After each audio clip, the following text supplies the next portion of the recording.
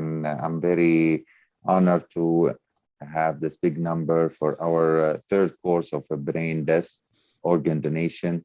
I have with me Dr. Talal. He's the chairman of SCOT, and Dr. Bishr Attar, he's a medical director.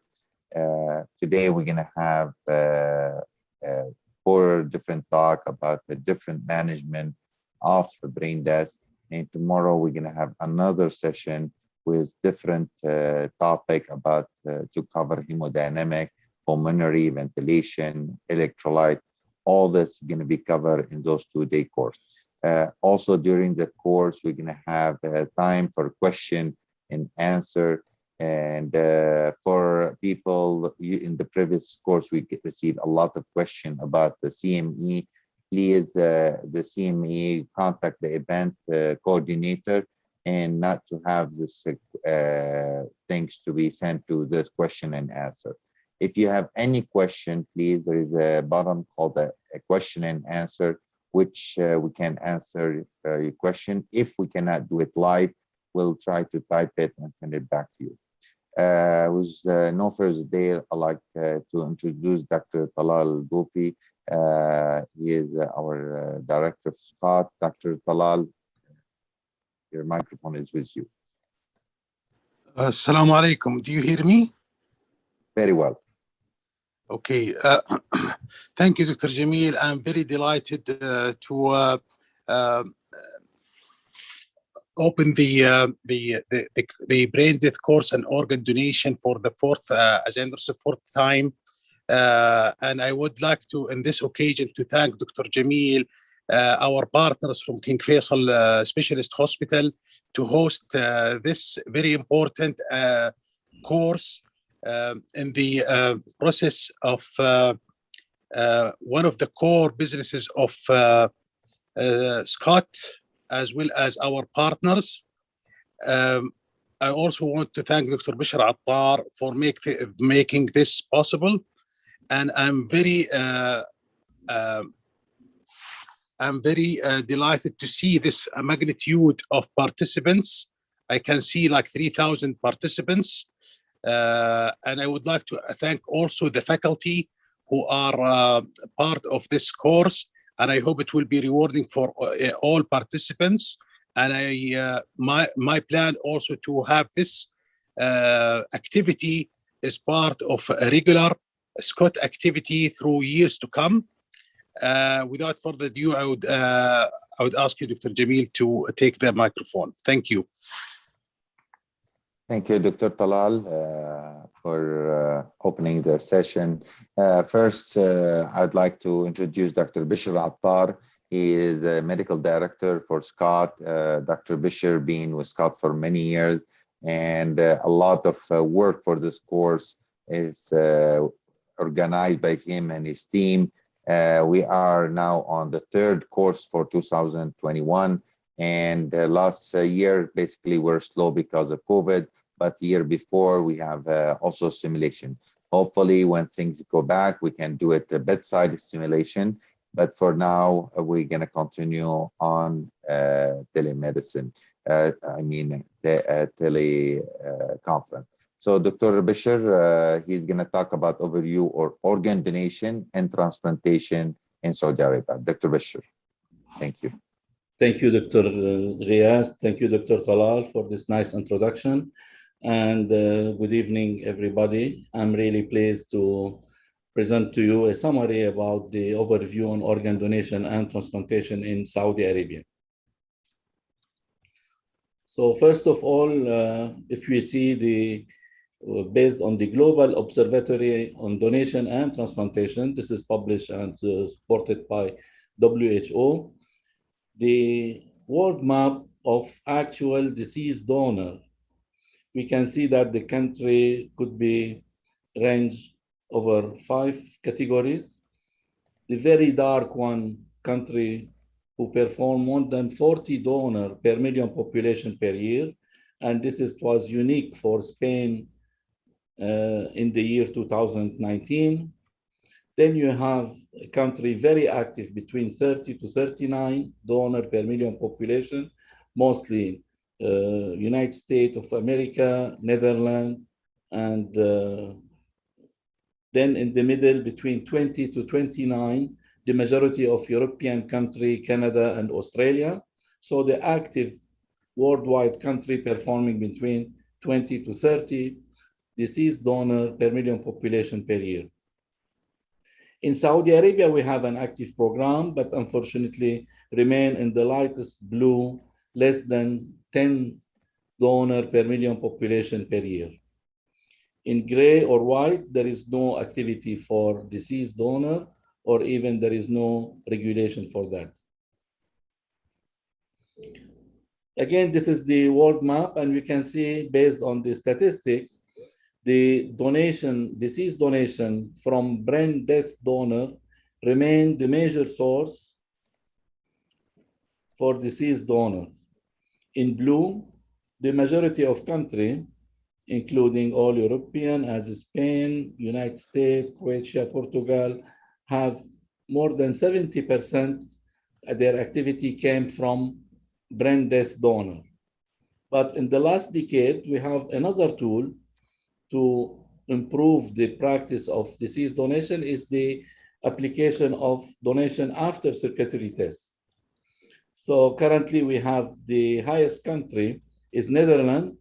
Of their national activity, they exceed 50% of their deceased donation from DCD, while other European countries as UK, France, Belgium are very active in the deceased donation, Spain as well, with about 30% from the total deceased donation practice. And this slide taken courtesy from Dr. Marty Manuelich, the president of DTI, just to show that in 1 year, we have worldwide recorded around 60 million deaths. But in the same year, this is the data of 2018, almost 39,000 deceased donors recovered, which generate around 0.06 donor per death. And this gives a transplant worldwide 164,000 transplants per year. And what we need to reach the self-sufficiency is only to have 0.5% of donor from all deaths in every country. In Saudi Arabia, you know that SCOT, the Saudi Center for Organ Transplantation, is supervising all activity related to organ donation and the practice of organ transplantation, in addition to the National Registry, Education and Research. So we have a clear guidelines, especially for the application of deceased donor, because our national protocol is the unified one at national level. And Dr. Zuhair Al-Qawi will highlight about the diagnosis of brain death in Saudi Arabia, how to declare brain death. And we are following the opting in system. That means the written consent from next of kin is mandatory in order to proceed with the organ donation from deceased donor. As organizational aspect, we have a lot of supporting document came out in the last few years. This is very important one issued by the Minister of Health. It applied to all health sector that every donor hospital, they have the duty for early notification of any suspected brain death. They have the duty to support organ donation in their hospital and to facilitate the coordination with the Saudi Center for Organ Transplantation. A few years later, came another important resolution from our Minister of Health, the President of Saudi Health Council, that every donor hospital, they have the duty to adopt and assign a donor medical coordinator and a donor administrative coordinator. And they would declare duty for the coordinator, either the medical or administrative. So in Saudi Arabia, what we call as DMC, donor medical coordinator, their duty is to identify any expected brain death cases, to facilitate the documentation process, to give the best advice for donor management during the stay in ICU, and then to deliver the proper message to the family about this declaration, and then to facilitate any recovery procedure and to establish a link between Scott and other ICU staff. While the donor administrative coordinator, his duty is to approach the donor family, ask for obtaining consent for retrieval, and then to follow up the post-donation care and providing support post-donation. Here is the example of our national protocol. It's published on the Saudi Journal of Kidney Disease and Transplantation, also available in our Scott website. And here is important statement came out from the National Committee for this declaration by Norwegian criteria and adopted by the Saudi Critical Care Society as well. Other regulation that the Ministry of Health issued a guidelines for ICU care concerning the do not resuscitate and withdrawal of care. So in case we don't have the issue of organ donation in place, you have the right that to apply the DNR in your hospital once the case is declared brain death and there is no intention for the family for organ donation. The same for withdrawal of care. We have the right as practitioner to apply the withdrawal of care once the case is declared death according to our national protocol in case there is no intention for donation. And here is an ethical issue important because once it's declared death, we are dealing with the cadaver. No hope should be given to the family and is not ethical to keep this cadaver in ventilation in the ICU. Other important regulation came out and adopted by CBAHI. CBAHI is the Saudi Central Board for Accreditation of Healthcare Institutions. They include the practice of deceased donor and their criteria. So as provision of care, the hospital should have a process for donation, procurement, and transplantation. And in CBAHI guidelines standard, including for the practice in adult and pediatric intensive care unit, that also all adult intensive care unit has a process for detection notification, and also for patient and family right included in any donor hospital. The hospital leaders ensure that patients, families, and staff members are informed about the choices and procedure of organ donation. So our coordination is based on daily interaction. We are communicating with the most active donor acute care hospitals. We are receiving a call when they have any suspected case to open the file and then to follow the process of deceased organ donation. At the same time, we are coordinating with regional offices and the transplant centers, which we have a total of 25 programs accredited to practice the different activity of organ transplantation as receiving the urgent waiting list or updating their patient on waiting list to get an organ. This is the busy slide, but very important one for any colleague working in the field in the ICU and involved in the disease organ donation. This is called the critical pathway. And currently it's adopted by WHO and it considered as universal pathway. Any program in any country, we are using the same one. The importance of this pathway that we use the same definition. We call it possible for any patient with a devastating brain injury, apparently medically suitable for organ donation. We call it as possible donor. Previously, we call it suspected case. So now it is possible donor when we suspect a patient comatose, Glasgow Coma Scale less than 5, on ventilation, this patient with brain injury, so it may consider as possible.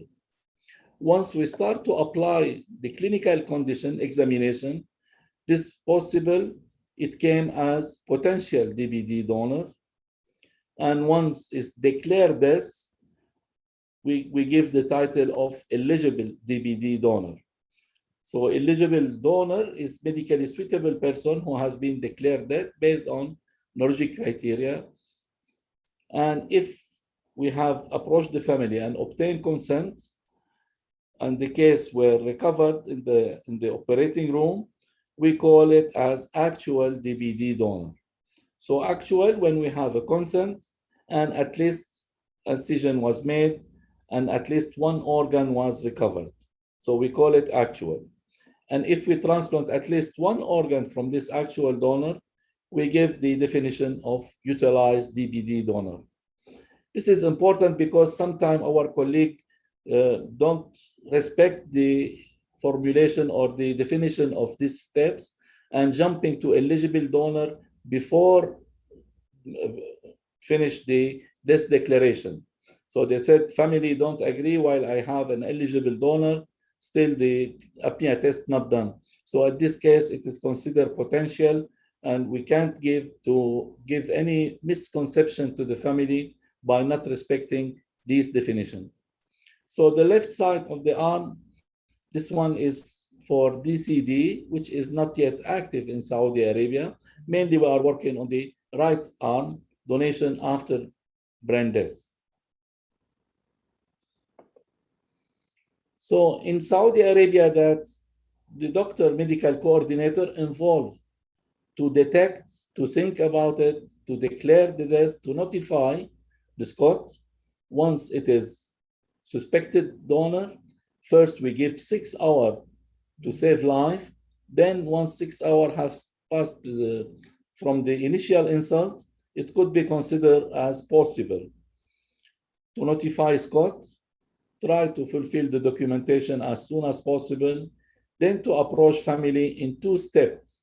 The first one is to deliver the proper message to the family, and then to ask for organ donation. And in case we obtain a consent, we have to finish the organ allocation, arrangement for organ recovery, and then transplantation and registry. So from the beginning, you can see that the medical and administrative coordinator working together for any possible cases in order to have the good viability and management plan during the stay in the ICU. As Directory of Regulation, that every donor hospital, once they have a possible donor, should notify SCOT and then try to adopt the national protocol as soon as possible, not allow to any member of transplant team to be involved in it, and then to give the clear message to the family once we have the national protocol, to document all this information, send it to SCOT, then we give the permission to administrative coordinator to approach the family and ask for consent for organ donation. This is the national form used. Any donor hospital, regardless of the health sector, Ministry of Health, military, university, private, they should apply the same protocol with the same form. It needs signature by 2 physicians and with apnea test. And here is the consent form. Also, it should be written with 2 witnesses' signature and sent to SCOT once they have the agreement for organ donation. After obtaining the consent, important to arrange for procurement, and this is the duty of SCOT. Try to have time for recovery fixed, then plan the transportation based on the location of donor hospital, based on the availability and readiness of OR in donating hospital. And this is the main logistic challenges for our coordinator in daily basis. If we look on the age of possible donor in Saudi Arabia, so currently the mean age of our deceased donor is young, 36 years old in the year 2020. Compared with the Western country, they are talking about mean age of 55 to 60. Even 20 years back before, the mean age was 30, currently 36, but still the majority of our deceased donors are young and could candidate for organ donation. But if you look on the cause of deaths among deceased donors, currently only traumatic cases accounted for about 30%. We have to deal with non-traumatic cases in 70% of cases, while 20 years before, we used to have 70% of our cases due to traumatic brain insult and 30% with non-traumatic. So more and more, we have more complicated cases and need more careful management in the ICU. And here, if you took just to give you an idea about the practice of deceased donation over 1 year, out of 400 reported cases of possible, we came out to document the cases as eligible donor in 68%, 286 were eligible, and we approached the family whenever is possible. And out of 230 cases approached, we obtained consent in 74 cases. So almost 33, 34%, while in 67%, we have a family refusal. But out of those agreed for donation, 74 cases, 95% were recovered and transplanted. And in 1 year, with the active deceased donation program, we could generate 72 deceased kidney transplantation, 51 liver transplantation, 28 heart, 35 lungs, 2 pancreas, and 1 small bowel, in addition to the tissue as heart for valve, corneas, and bone. And here, if you look on the donor hospital, acute care hospital involved in the program, the idea is that not only the biggest hospital are sharing this activity. Of course, the majority of the trauma center and the big ICU have the big role to play in the program. But you can see out of 408, we have 84 cases reported from medium-sized hospital ICU, between 10 to 20 ICU bed, and even 59 cases reported from small hospital. So any active ICU in the country could have a possible deceased donor. This is in recognition to the main donor hospital. The King Saud Medical City, Riyadh, remained the most active one in reporting and obtaining consent in the country. Last year, 60 cases generate 14 consent, followed by King Abdulaziz Medical City National Guard, Riyadh, 30 cases with 5 consent. Then as pool for possible cases from Mecca and Noor Mecca and King Khalid Ha'el, Dammam Medical Complex. From mid-sized hospital as well, we have from Qasim, Mecca, Najran, Bisha, East Jeddah Hospital, and Al-Mani Hospital, Dammam. And even in the small hospital, the most active was Jubail General Hospital, Hamadi in Riyadh, Qatif Central Hospital, King Khalid General Hospital, Hafr al-Batin, and as private hospital, Kingdom Hospital in Riyadh. One important tool for the success of deceased organ transplantation is the use of Medivac. And we have a full support from Ministry of Defense to use the Medivac in case we have a case to transport the recovery team, the harvesting team, to the donor hospital and come back with the organ. So as example, out of 61 cases recovered, we use in 34 cases, we have to use the Medivac with 45 flights, especially when we have multi-organ harvesting as liver, heart, and lung. We need a dedicated flight for the cardiovascular team and another flight for the abdominal or the liver or pancreas team. And this the Medivac transportation summary, just to see that in 1 year, 81 organs were transported and 61 harvested team with this 34 flights. And here, since we start the program, we have the full record of all reported cases, reported as possible cases in Saudi Arabia. Currently, we exceed the 14,000 cases since we start the program. And you can see here the ratio of conversion from possible into potential, 62%, to eligible to approach the family in 84% of cases, and obtaining consent, 33%. So out of eligible donors, 7,400 cases, we obtained consent in 2,454 cases. And with this active disease donation program, we were able to transplant more than 5,600 organs from the disease donation program. So the majority of kidney, 3,466, 1,196 liver, 477 heart, 458 lungs, 82 pancreas, in addition to 2,250 tissue were recovered as heart for valves, cornea, and bones.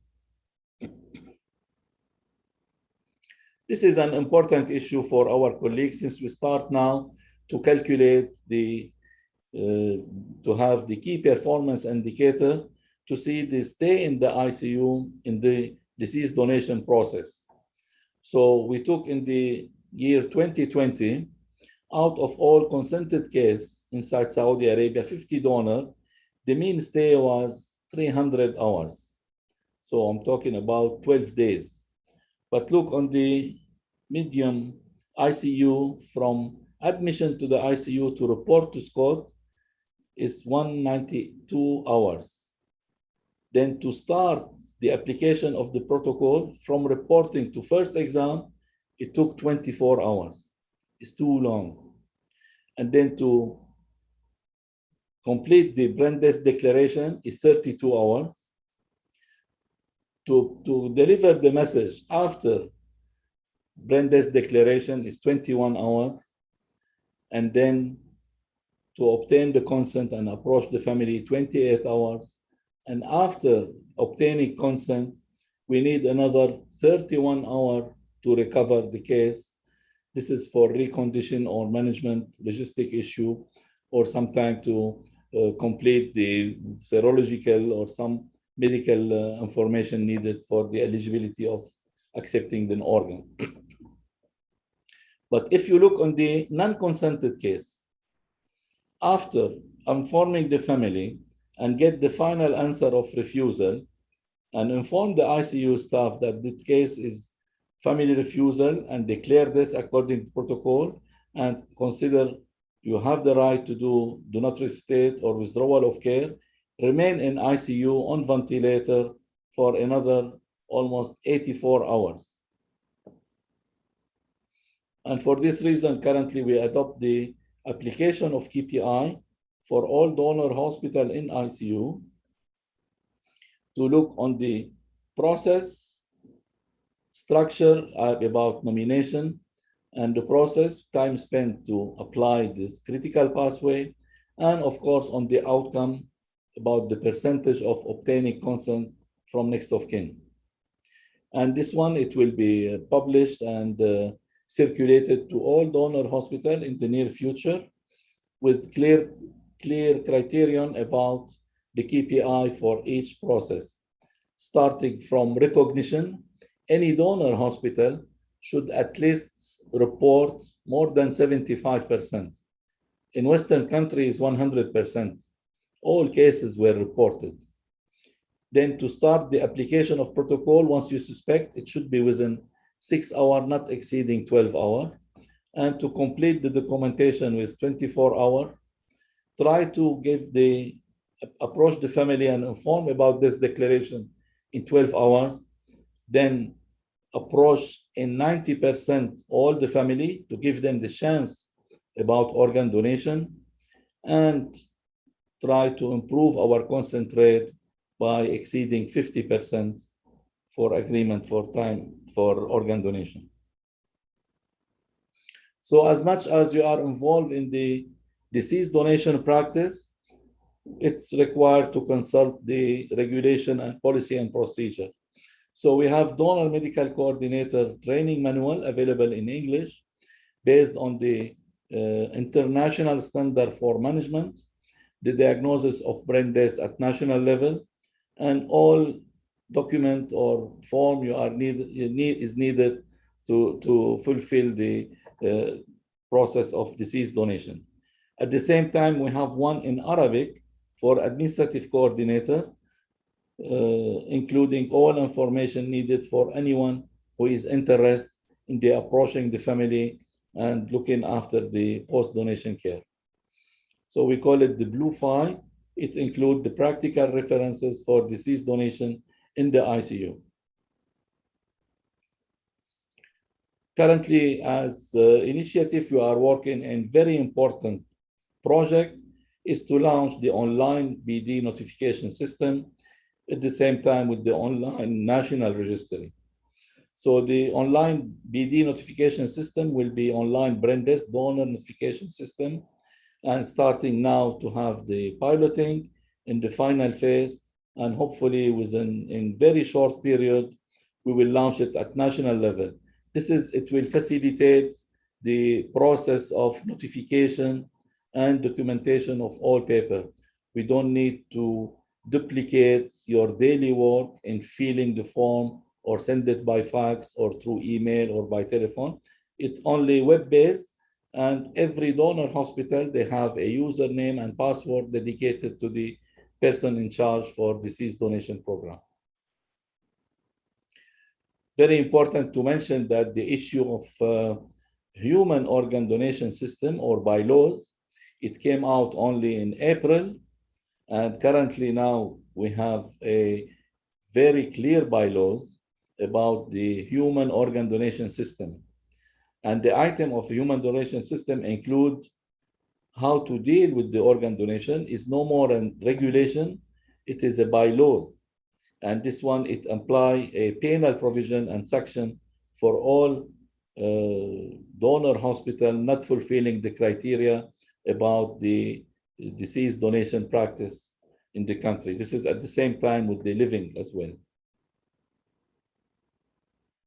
And as you know, this is the initiative came from the king and his deputy to launch the deceased donation, the deceased donation program, and they register that the will for donation, and they give the instruction that it will be now at national level. And as you may know, it is available on Tawakkalna, very easy. Previously, you have to enter in the Saudi Center website to register the blood group, address, all information about date of birth, your national ID. But currently with Tawakkalna, all this is entered already. Just you have to click on the agreement that your will to donate, it will not exclude obtaining consent from anyone, but this, it shows that you have the support for the national program. And of course, at any time, you have the right to exclude and to cancel your wish to donate. Thank you very much. I think with this, I will close the first part. I don't know if we can take a question, or I will continue another 5 minutes just to show you the impact of COVID in our activity. I think Dr. Bashir, go ahead, finish your session, and Okay. then we can take a few question and answer, and Okay. we'll go from there. Thank you. Okay, very short, just to show you about the impact of the COVID-19 on our daily practice. So here the WHO map, you can see that Saudi Arabia now in the medium-sized blue, but just recently jumped to the second level because we exceed the number of 500,000 confirmed cases, but only 8,500 deaths in Saudi Arabia due to COVID. So the country, of course, affected from as any other international model with the COVID era, because after the first case documented on March 2nd, 2020, and after the implementation of 24-hour lockdown, temporary suspension of living donation and transplantation happened in the third week of March. So all elective living transplantation were stopped, and then the deceased donation is affected because of the number of patients admitted in the ICU. So over 4 months, we have a almost not nil, but very, very low number of deceased donor reported. But at the same time, we start to have the position statement came out within 1 month only, released by the ID committee, the SCOT, and to have their statement on organ donation and transplantation in COVID era. And this one was updated and renewed at 3 phases. So currently we have a very clear approach for any transplant candidate. If you are talking from deceased donor, that any suspected or potential cases should be tested from lower respiratory sample, BAL or tracheal airway. And in case of negative, we have to have a risk assessment. In case of low risk or no risk, that we proceed. But in case of high risk, again, to repeat it, and only if negative, second time to agree for organ donation. And you can see in 2020 compared to years before, around 30% decrease in number of reported cases. This affects the number of consent cases decreased by 41% compared with the previous year. And of course, it affects the number of organs transplanted, 72 kidney compared to 140 years before, 50 liver compared to 78, 28 heart compared to 46, and lung 35 compared to 70. So all in all, the drop of organ transplantation from deceased donor dropped to 188 last year compared to 343. But it's not only the deceased donation program, because also the living organ transplantation, you can see in the year 2019, we exceed number of 1,100 organs, and last year only 600 organs transplanted from living donor. So as international map, Saudi Arabia used to be the number 3rd worldwide, rank about 36 deceased donor per million population in living, dropped to 20, and in deceased donation dropped from 3.7 to almost 2 donor per million population per year. But this year, hopefully, trying to catch the decrease happened in the 20, and so far until end June, we have a increase in the number of reported, eligible, and consented, and actual, and utilized. So with this, I will conclude. I'm happy to answer any comment or question. Thank you for your attention. Thank you, Dr. Bashir, for this enlightenment. I have a few questions. It's nice we have a time for a few questions. The first question is how you are transporting organ from one place to another place. What is the precaution measure to take while transporting? So transporting an organ, usually we have a very specific bag to put into in it. But if the donor hospital near to the transplant center, it is by car ambulance. This is the question. Yeah, or if the donor hospital far from it, we have to use the air medevac from the Ministry of Defense in order to transport the recovery team and come back, trying to limit the cold ischemia time as short as possible. And those are available all the time? It is. We have full support from Ministry of Defense. We have priority for any time. If we have any recovered cases, just we make the request, and we have very, very nice support. Within minutes, we get an approval to fly and to determine the number of staff and the time for this flight. Okay, the next question, if the family of registered person refuse, what's the policy now? Currently, the registry is considered as a wishes only. So this is willing to donate. I don't have the right to proceed with the deceased donor in somebody registered in Tawakkalna. But this is, it will help the family to take the final decision if they know their beloved one really agree and support the program. We believe that this will be an add and to facilitate the job to obtaining consent from next of kin. Okay. And the other question, if Just allow me about this point. yeah, go ahead. Sorry. Because currently with the issuance of the law, we have the right to put the wasiya, the will of anyone, on web-based, and if the wasiya, the will, is documented legally, then we don't need the permission. But this is different from the current one as willing to donate. Okay. The other question, as I said, let's say if somebody already gave consent for donation, does he has a right to cancel at any time? The answer is yes. You can always cancel anytime. It's not something else. If you wish it, you change your mind. The next question, how to document brain deaths? If Dr. Bishir, can you tell the team, whoever those questions, how to contact Scott to give them the consent to all the form? If they don't have it, how to send it to their hospital? Okay, so we have 24/7 a team available as medical and nursing staff. So we have the 800 number, 800-114500. I think we will publish now on the screen. And then in our blue file, we have the number of all our coordinators to call Scott and obtain this one. This ready form, it should be available in all ICU.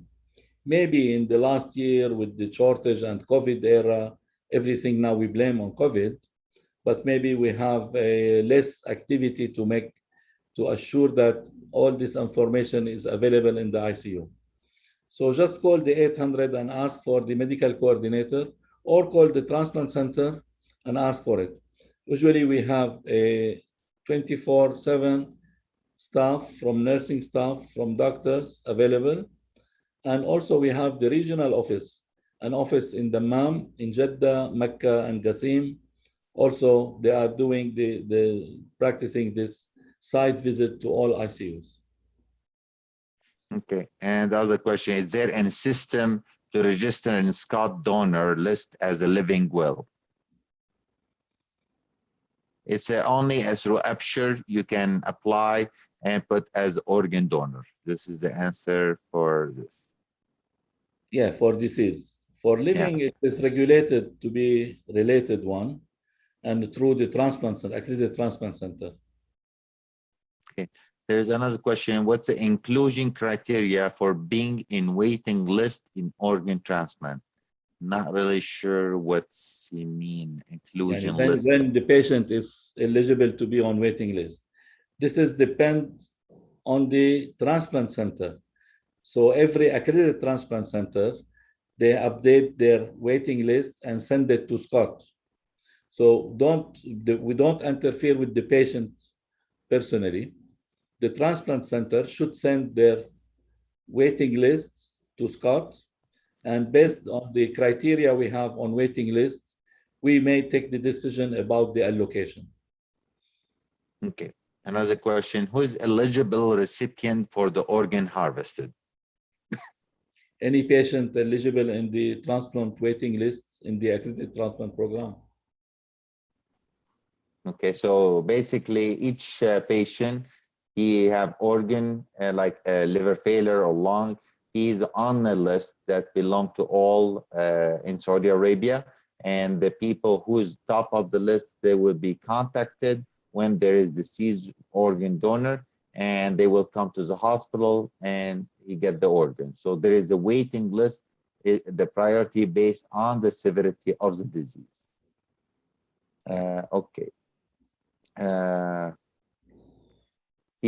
One guy said there's still the moral dilemma about DNR.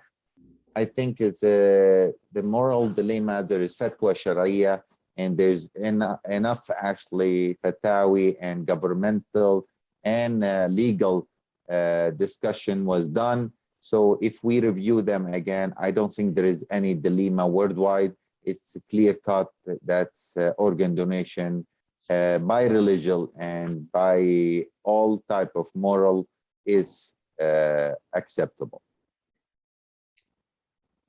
There's another question. Doctor, is it okay if the family wants to donate it to their family member? It is okay?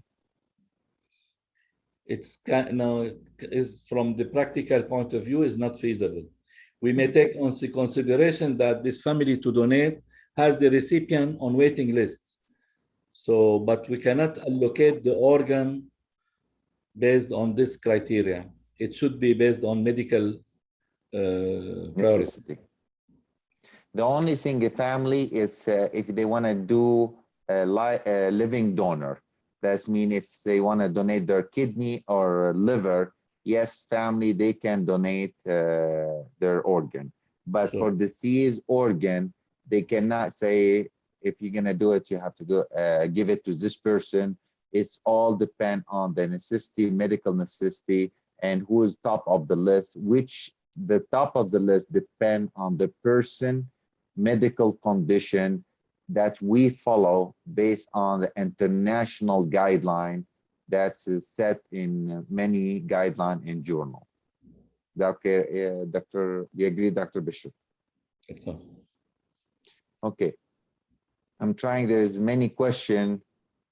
Why this culture not found in all Arabic countries? Yes, this is really a very important issue because we need a national entity to supervise. So we have a successful program in Gulf area as Kuwait. Currently, UAE start to have a national program because of governance issue.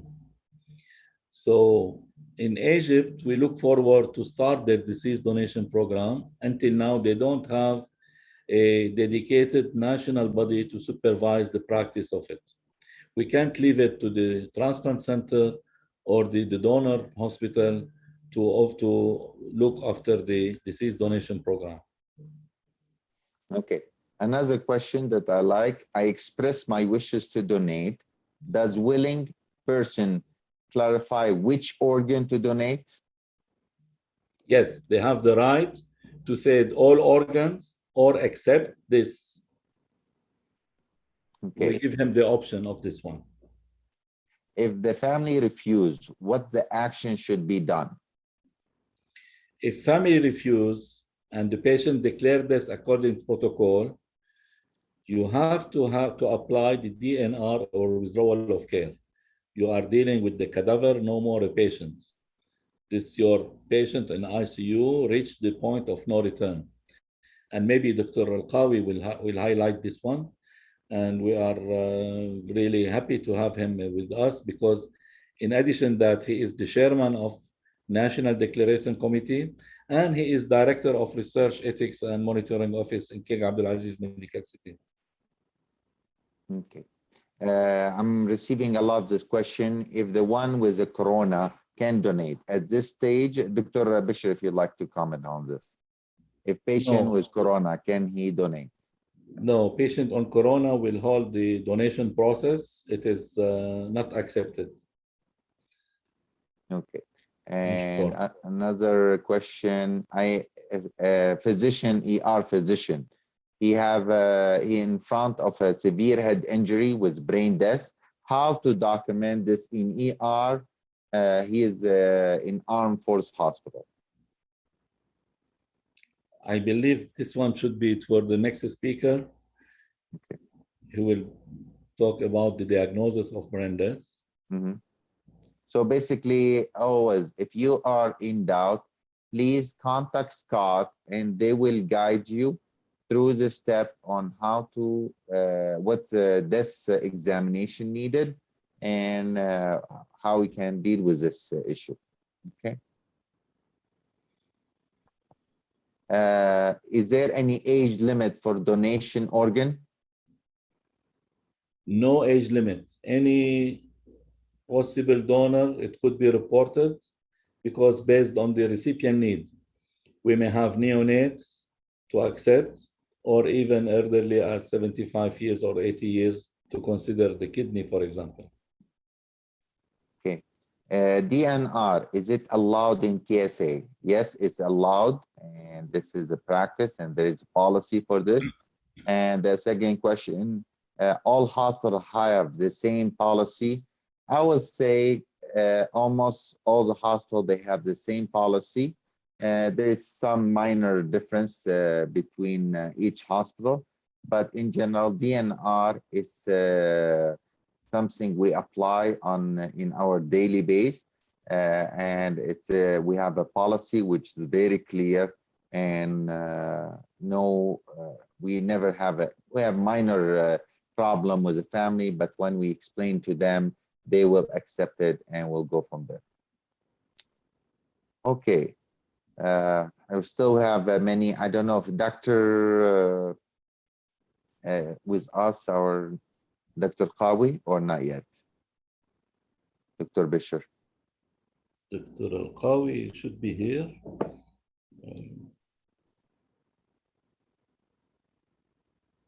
If you can't. Dr. Bisher, there is another question. I want to know how long can we store donated organ before transplanting the same? So unfortunately, the organ could not be placed, kept for a long time. The shorter one is the heart and lung. It should be transplanted within 4 to 6 hours. Kidney up to 24, even 48. But all organ is between 6 to 8 hours. Kidney, liver. Okay. Dr. Al-Qawi is here. Type.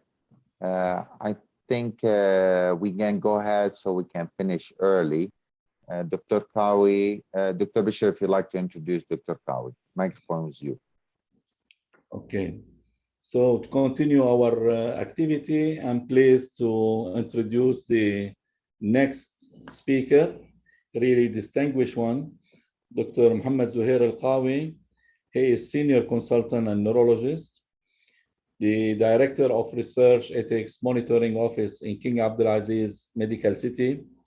In addition to that, he is excellent lecturer, and he is the chairman of the National Committee for this declaration by neurologic criteria. So Dr. Zuhair, please.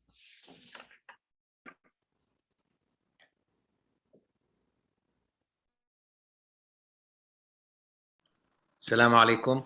If you would allow me to share my screen.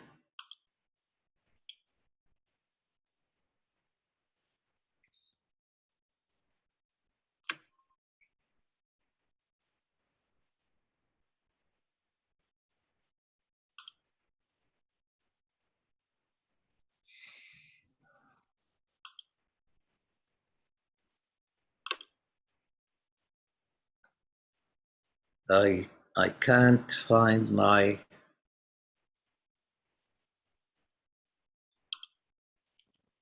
You have the green button, share screen. Yeah, I'm let me see, but it's not coming on the.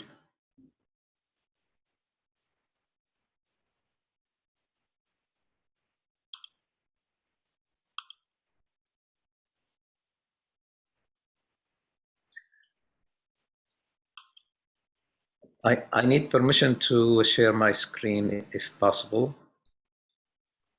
You are co-host now, Dr. Qawi. You have the permission. Okay, all right, thank you. Let me see if.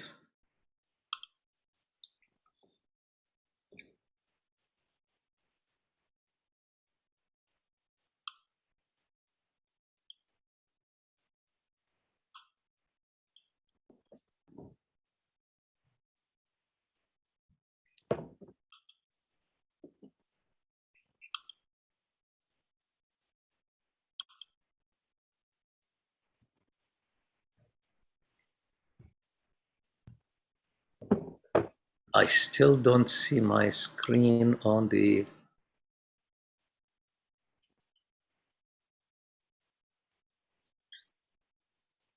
You cannot recognize the green button? I'm clicking the screen, the share screen, but it doesn't. Okay. Can you run your presentation first? Okay. All panelists can share. Okay. Because you are the host now. Okay. Okay. Is it?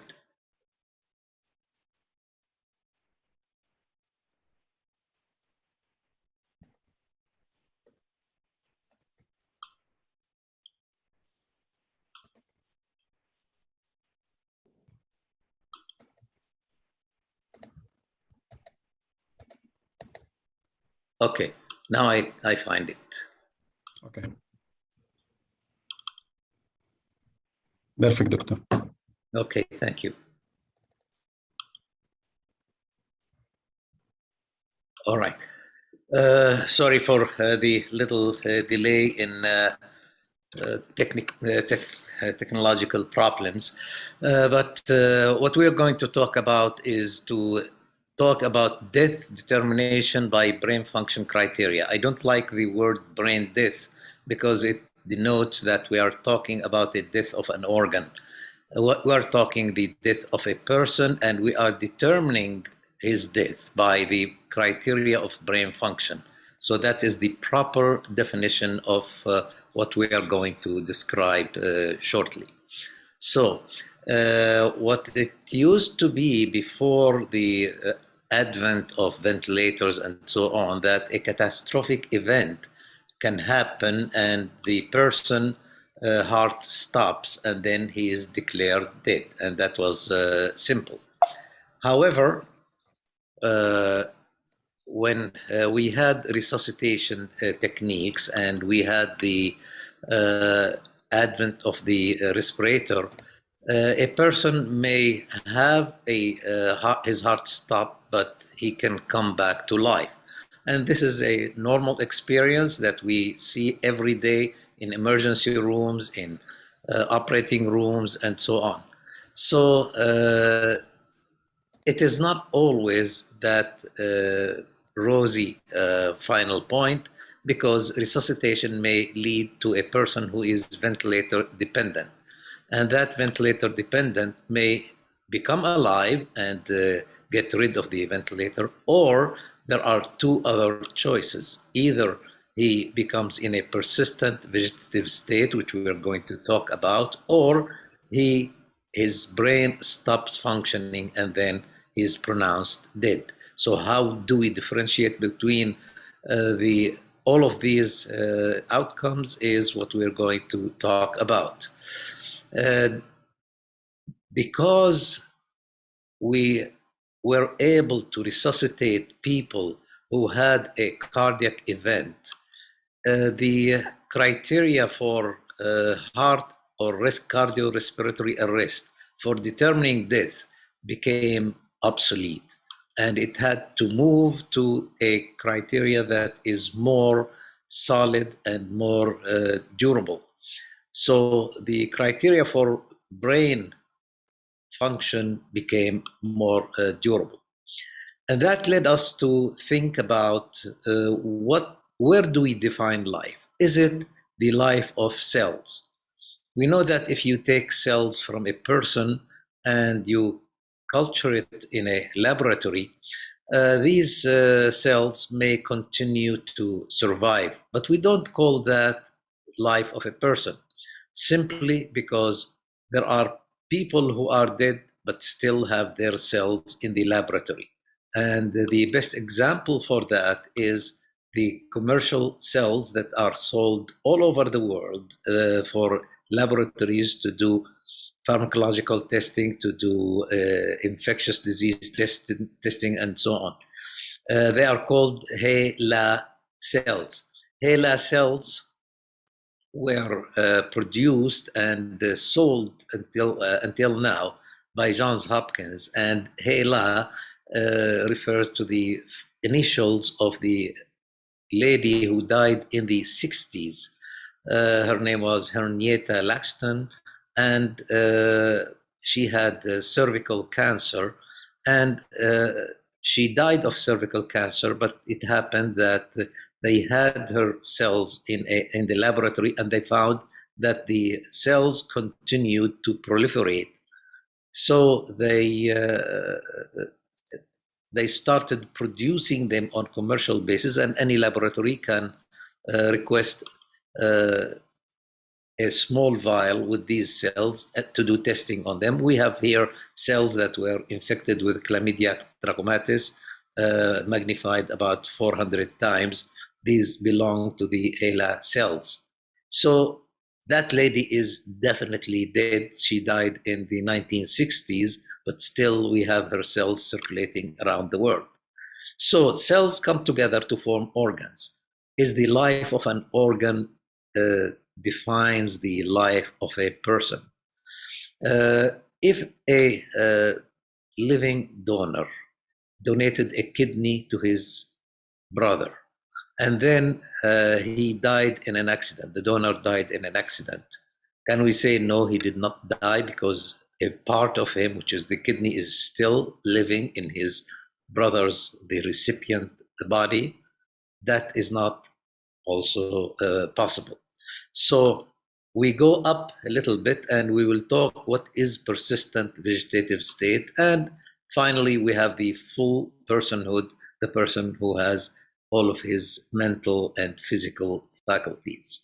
So where do we draw the line? Definitely a person in persistent vegetative state is a person who is considered alive, and anything below that is not considered a live person. So we have several concepts of death. We have the metaphysical concept. You move from this world to the hereafter, and in the hereafter there is life that we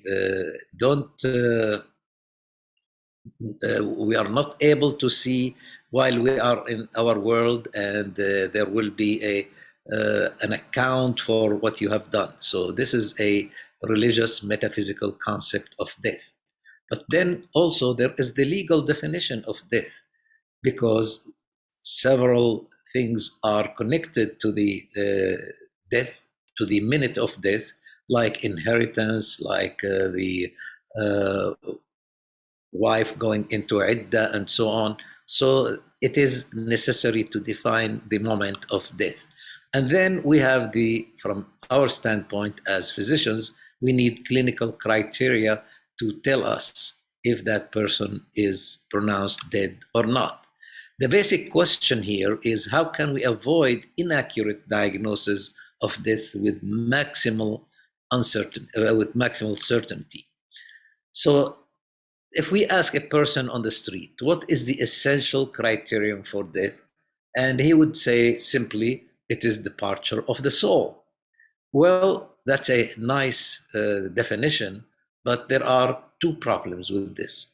Number one problem is that how can we measure the exit of the soul from the body? We cannot weigh the person before and after his death and say, okay, he lost 1 kilogram and that's the weight of the soul. That's not possible. And the other problem with that comes from the definition that Al-Quran provides us. Allah yatawaffa al-anfusa hina mawtiha wallati lam tamut fi manamiha. And that's why the ulama, the Sharia ulama, said that sleep is the small death. So the person has a small death when he sleeps and his major death when he dies. And the Surah Al-Zumar says that Allah takes away the souls at the time of their death and those that did not die during their sleep. So what is the difference between the two? فيمسك التي قضى عليها الموت ثم يرسل الأخرى ويرسل الأخرى إلى أجل مسمى. So he keeps those souls for which he has ordained death and sends the rest for a term appointed. So the difference between the two is the point of no return. If we can define the point of no return, that this body is not suitable to be inhabited by the soul, then we can say that this person is definitely dead. So how do we apply this concept clinically? To do that, we have to go back quickly, and I know that many of the audience know their neuroanatomy, but it is worth just going over some basic concept. We have the central nervous system made of the cerebral cortex, of the brainstem, and of the reticular activating system. The reticular activating system is a collection of cells in the dorsum of the brainstem that maintains awareness, maintains consciousness. So the cerebral cortex serves for cognition, serves for voluntary movements, serves for perceiving sensations of vision, hearing, touch, etc. While the brainstem is divided into three parts. There is the midbrain, which serves cranial nerves 3, that serves the pupillary function and the eye movement. And we have the pons, which serves the cranial nerves 4, 5, and 6, that serves the conjugate eye movements and the corneal reflex. And then finally, we have the medulla, that serves the lower cranial nerves 9 and 10, and it is manifested by the presence of pharyngeal or gag reflex or tracheal or cough reflex, and a very important function in the medulla, which is maintaining respiration. If that center in the medulla is damaged, then the ability to maintain ventilation or respiration becomes impossible. Then we go back to the reticular activating system. The reticular activating system, as I mentioned, is a collection of cells in the dorsum of the brainstem. It receives multiple sensory inputs, and it mediates wakefulness and the cycle of wakefulness and sleep. So what happens when there is a brain injury? There is a downward spiral. As we can see in this circle, you can start at any point of this circle, either by neuronal injury or by neuronal swelling from other problems or increased intracranial pressure. All of them continue to feed into each other. Let's say that the person had hypoxia, led to neuronal injury. The hypoxic neurons become swollen, then the intracranial pressure become increased, and then because of the increased intracranial pressure, the intracranial blood flow becomes decreased, because the brain is supplied by the balance between the mean arterial pressure, which is MAP, pushing.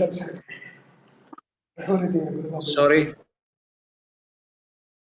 The balance between the mean arterial pressure and the resistance that is given by the intracranial pressure.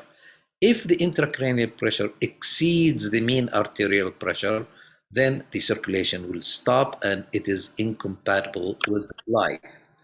So what happens? This is a normal brain. As we can see, the red line is the tentorial line, or the aperture of the tentorium, and the central encephalon, which is the thalamus and the other very sensitive structures, are above this line.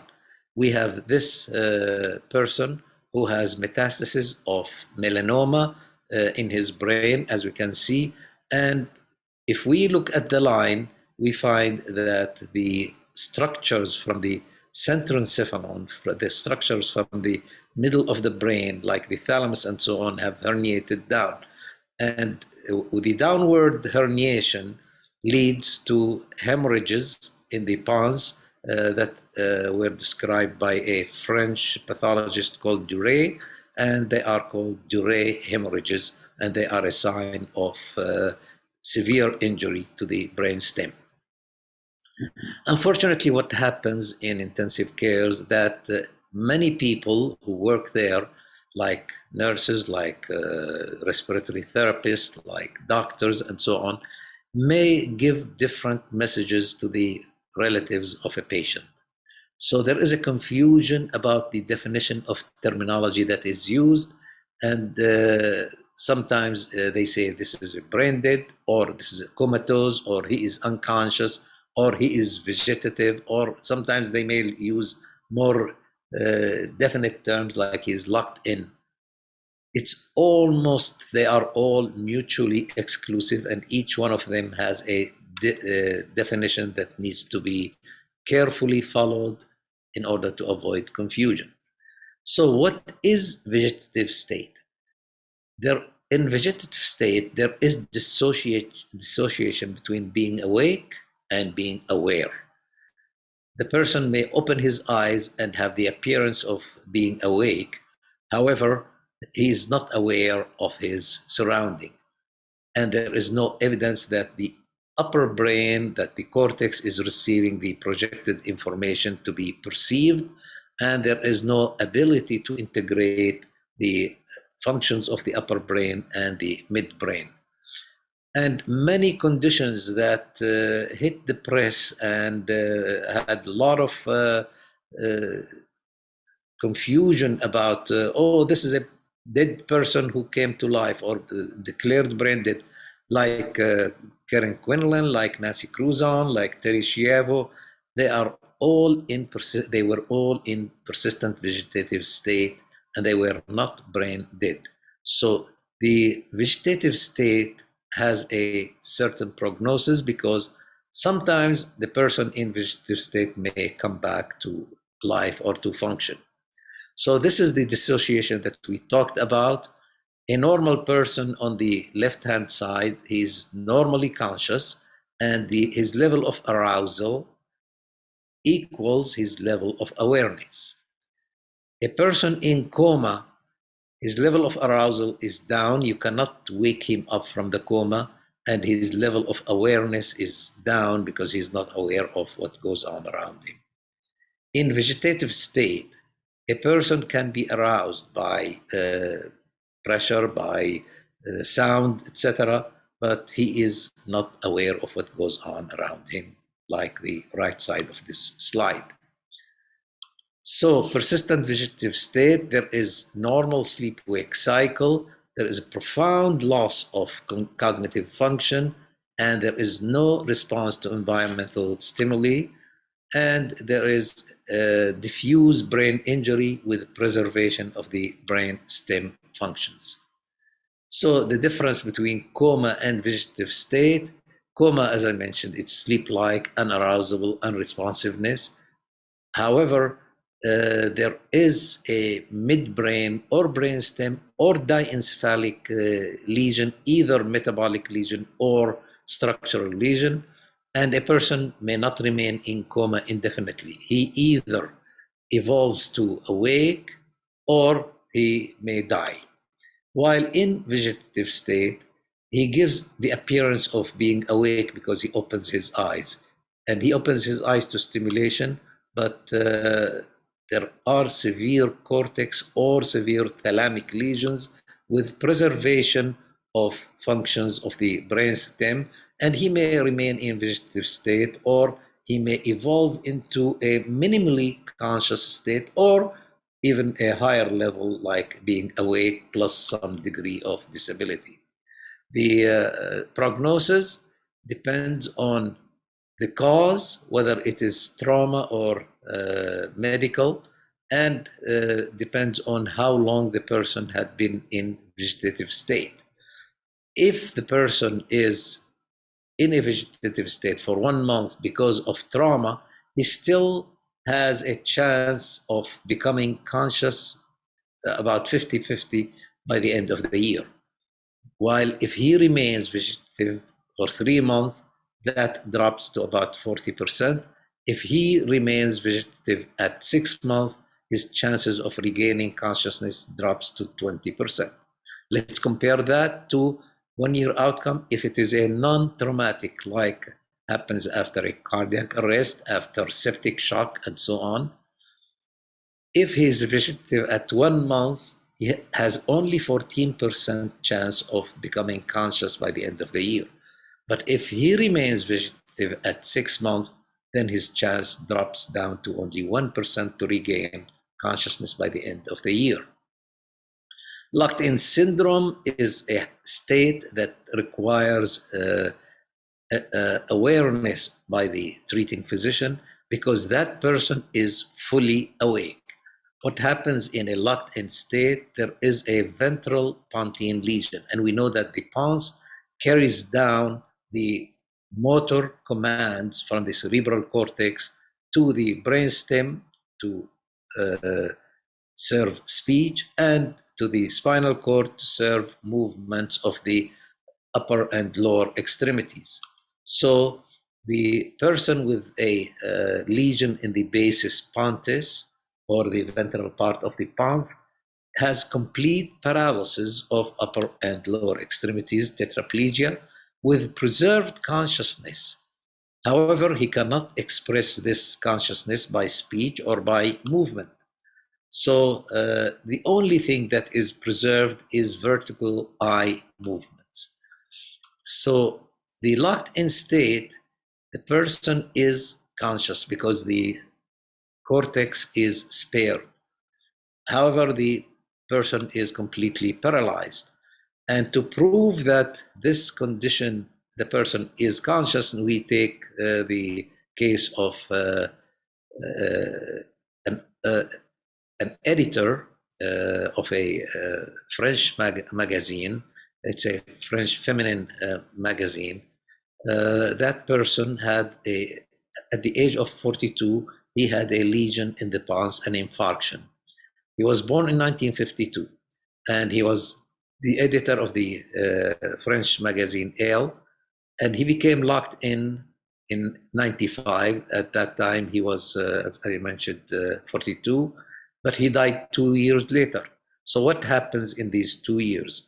His wife devised a communication card, and communication card is a board that has the letters in the frequency of their occurrence in the normal speech in French.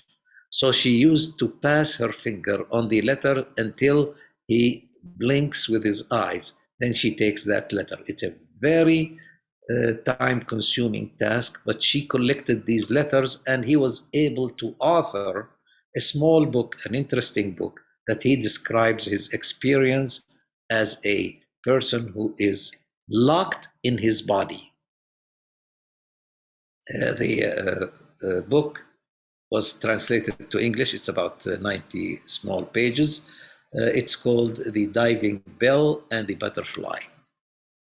Now, the causes of brain death, it's either direct involvement by disease or by trauma, or secondary involvement because of general illness, because of hypoxia and circulatory arrest. So we're going to go quickly about certain causes of brain death. We see on the left-hand side a normal CT scan of the brain, while on the right we have subarachnoid hemorrhage. This is a severe subarachnoid hemorrhage can cause brain death. Also, we can see cerebral hemorrhage that can cause subphalangeal and transtentorial herniation and lead to brain death. We have trauma with skull fracture that can also cause raised intracranial pressure and brain death. We have infection like meningitis can be a cause of brain death. And we have severe cerebral anoxia that damages the whole cortex. So to determine brain death from clinical standpoint, there are 3 steps that should not be bypassed. The 3 steps should be taken one by one. The first step is there are essential preconditions to be respected. Then, if they are satisfied, then we go to exclusions. And 3, we go to tests. We don't jump immediately to test that person for brain death before the 2 previous steps are taken care of. The preconditions is that the event happened over 6 hours before the person presented. So these 6 hours should be devoted to resuscitation and to trying to bring him to life. And there should be a positive diagnosis of a condition like the conditions that we described, usually leads to brain death. And then he should be comatose and on ventilator and has no respiratory efforts. Hiccups are considered respiratory effort. Cough is considered a respiratory effort. Then if these are satisfied, then we go to exclusions. There should be no hypothermia. There should be no metabolic or endocrine abnormality, and he should not be in untreated cardiovascular shock, and he should not have sedative intoxication, and that can be ruled out by a simple blood test. So then we move on. If these are all satisfied, we move on to testing. And testing in suspected total brain failure or brain death, we test the brainstem function with reflexes. Brainstem is a reflexive organ. Then we go to test cerebral function.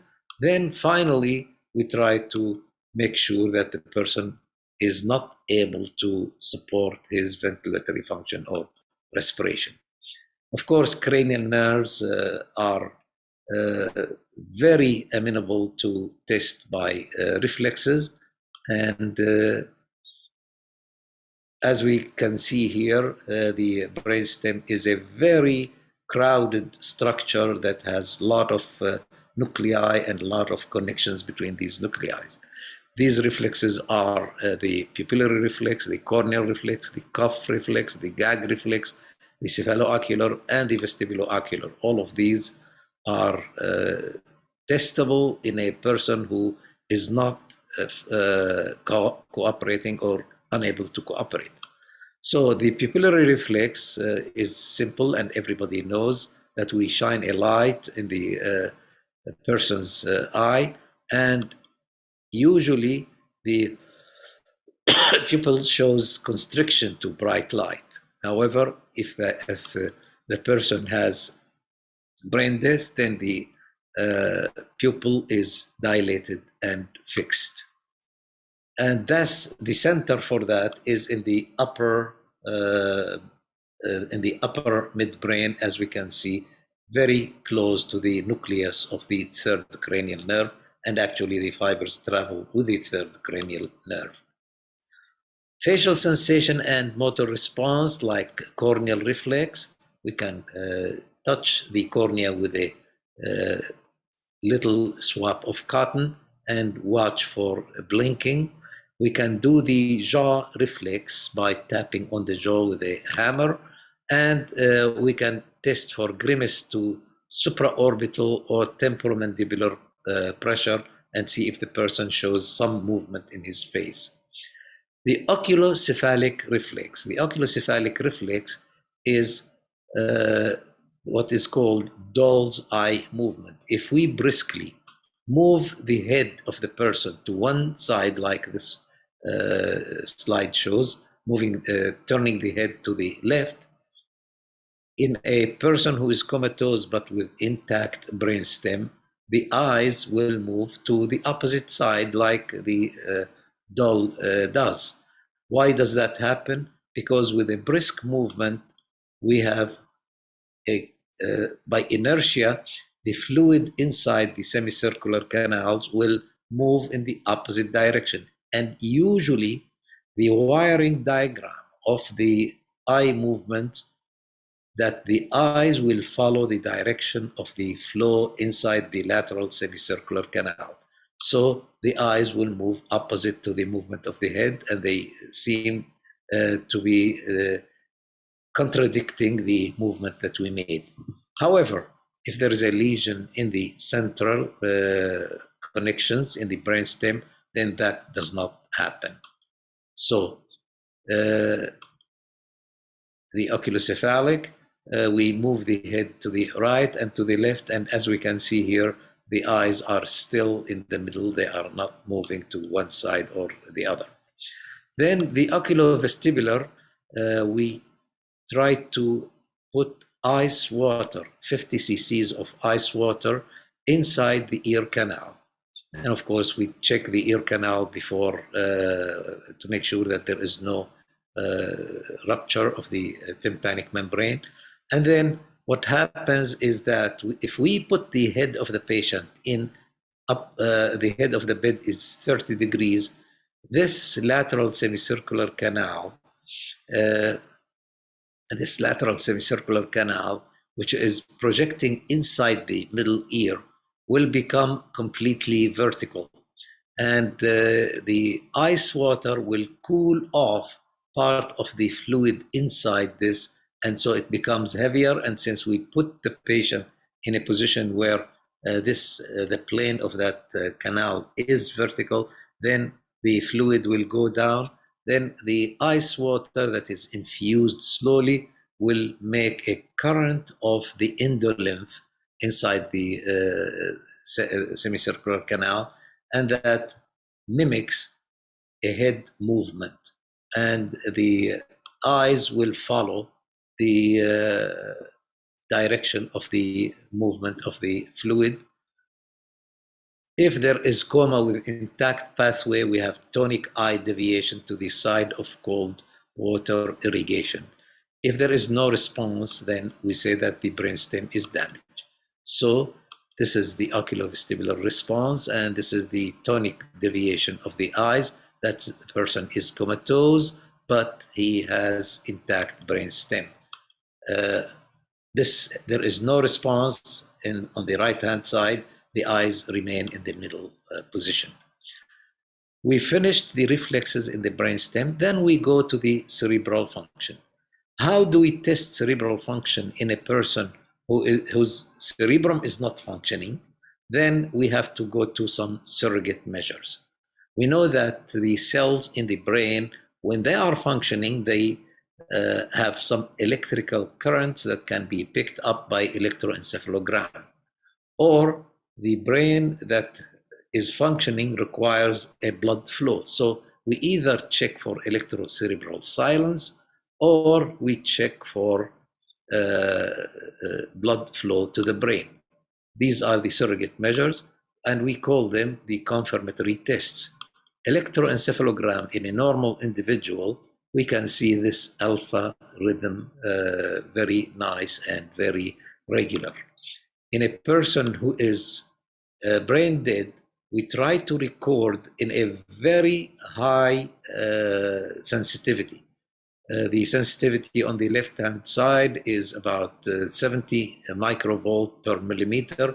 Here we may bring it to 2 microvolts will move the pens by 1 millimeter. The sensitivity is so high that we start picking up electrocardiogram, as we can see these regular artifacts on the, we are picking up electrocardiogram, but there is no background of cerebral activity, and that is called electrocerebral silence. EEG has the advantage of being portable, safe, non-invasive procedure, and it is proven to predict non-survival, but it is susceptible to artifact, especially in ICU. It's a very hostile environment for recording electrical activity. Blood flow studies, if there is absent cerebral blood flow, it is incompatible with life. And why there is absent blood flow? There are two hypotheses. Number one, it's either massive cerebral edema resulting in increased intracranial pressure that exceeds the mean arterial pressure, so the resistance is more than the driving force, and it prevents the flow. Or there is progressive cerebral vascular endothelial swelling that closes off the lumen of blood vessels. So in confirmatory testing, we can do cerebral angiography, and we rarely do that to confirm brain death, but we stumble on that in a situation like a scenario. A person comes to the emergency room suffering of the subarachnoid hemorrhage, and we rush him to the angio suite in order to see where the bleeding is coming from and if something can be done to stop it. And then we are surprised that you inject the dye does not reach the brain because the increased pressure inside the brain. So on the left-hand side, we see the normal angiogram, and the blood is filling the anterior and middle cerebral artery, while on the right-hand side, we see that the column of dye stops at the base of the brain and does not go any further. Confirmatory tests we may use technetium isotope brain scan, and as we can see here, there is uptake in the face because the facial structures are outside the intracranial structure. However, there is no activity inside the brain.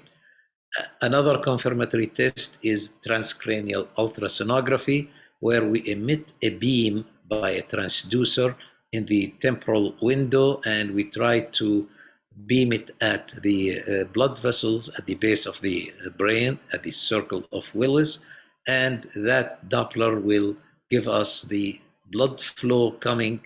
It will give a signal that blood flow is coming if there is blood flow. And these are sequential recording by Doppler. As we can see, there is, with each pulse, there is a rise, systolic, diastolic flow. However, this is a person.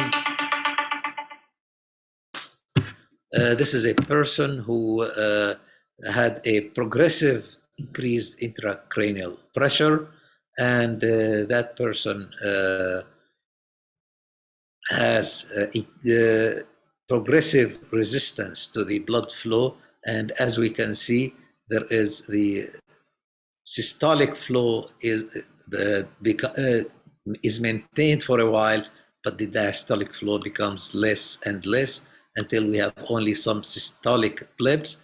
Finally, we can see that the person has only a small to and fro movement of the blood at the base of the brain, at the base of the skull, but there is no real flow.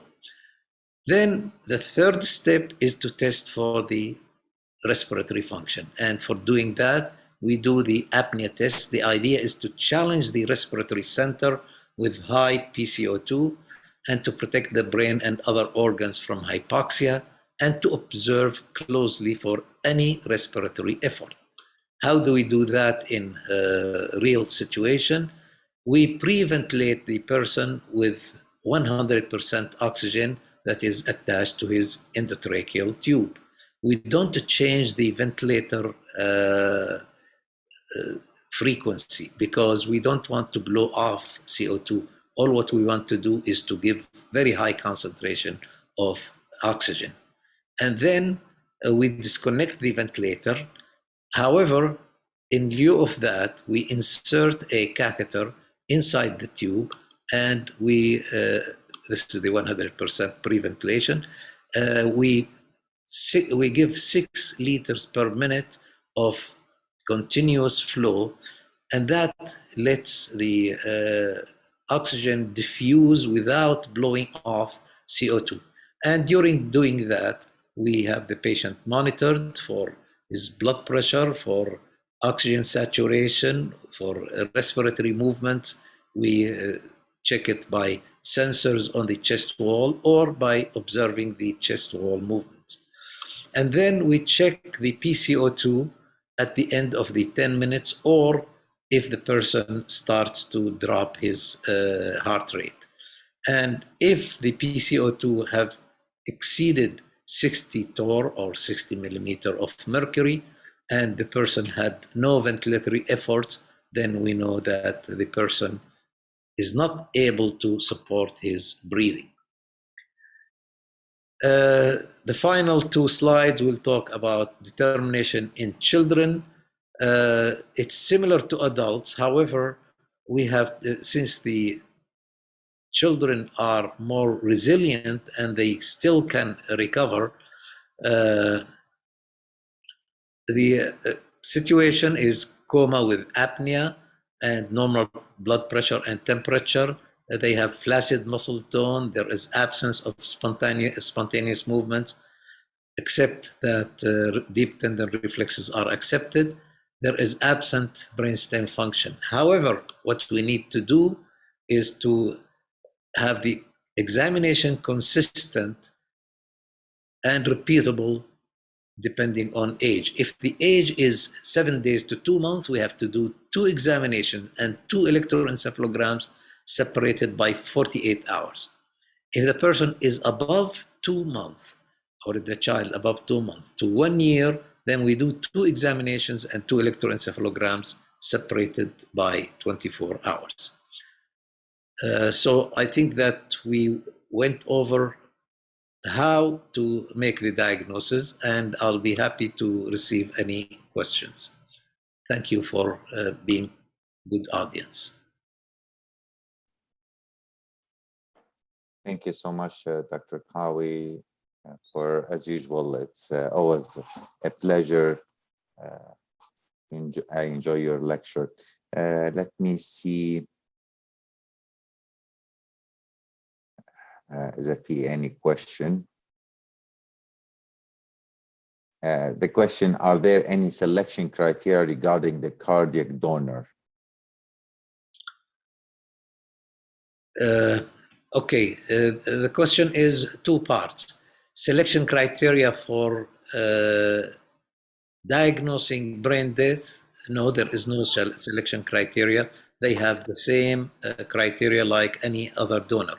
But selection criteria for suitability of his heart to be transplanted, and that is depends on the conditions of the functional condition of his heart, if it is worth taking and inserting it in a different body. Okay. Another question, aside from EEG, transcranial Doppler, angio, CT, is there a proof that bispectral index monitoring is also an early detection for brain death? No, these are the things that are acceptable as supporting evidence. Now, there are some places where they don't even take supportive evidence, but these are the kingdom requires supportive evidence or ancillary tests, and that is because the original fatwa was to have proof that the whole brain is not functioning, not only the brain stem functioning. In England, for example, they consider that as brain stem death. But these are the acceptable ancillary tests. Okay, I'll take one final question and then we'll move on. About apnea test, I think we should concentrate on without sedation. But my question is, after how many hours sedation vacation we should do apnea tests? Okay, that's an interesting question, because we have 2 types of patients. We have the person who is coming from outside and we don't know anything about what happened before he came in his current situation. And for that, we have to check the blood for significant amount of sedatives. Or the person had been in the hospital and has not received any sedatives for the past 48 hours. Enough time for the sedatives to go out of his circulation. Or alternatively, again, if he had received, some of them may come with seizures, and then we have to use medications that would suppress breathing, like phenobarbital. Then we check the level.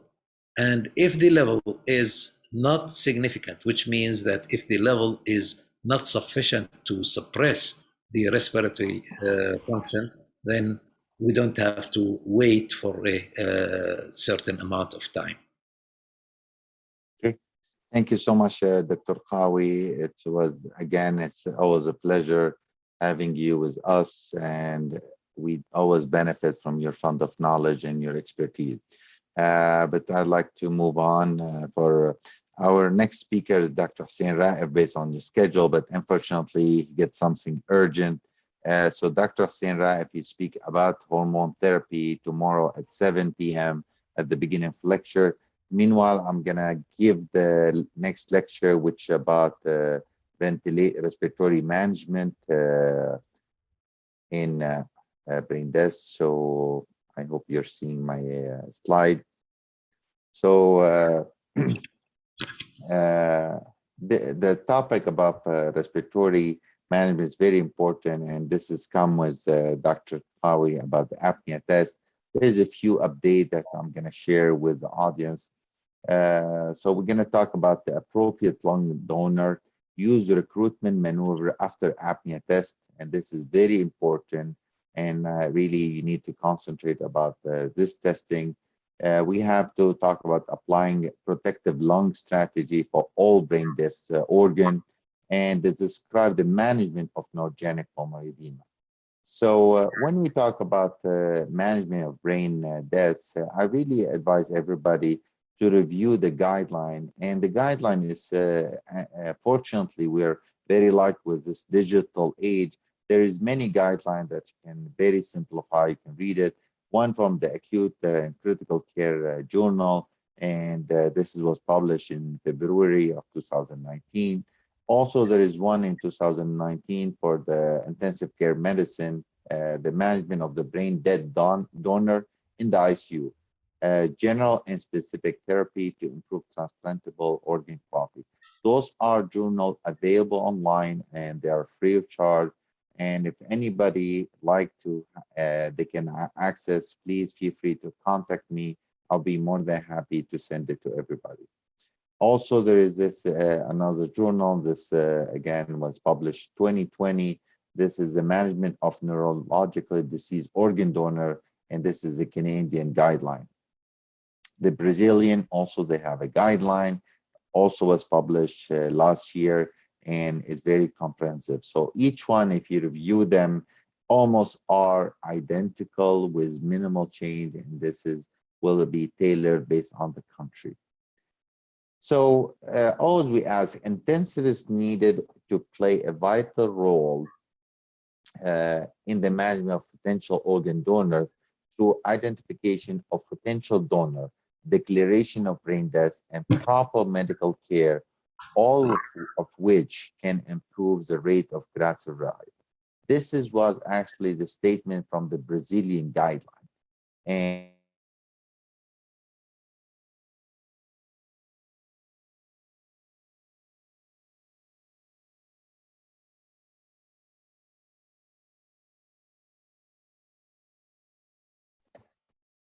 I think Dr. Muhammad has a connection issue. Dr. Bishr.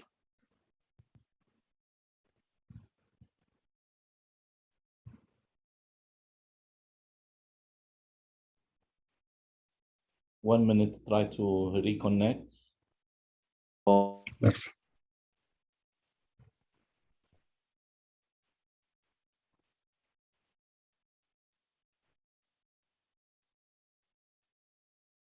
Dr. Riaz, we lost the connection.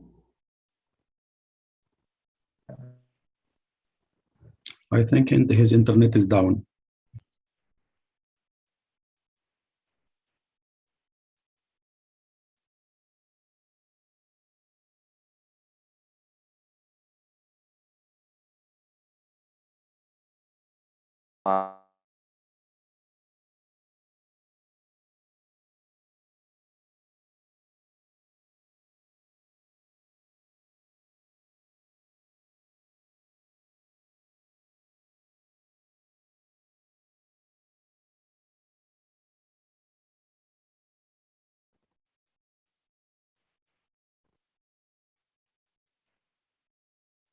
Dr. Riaz, try to reconnect now.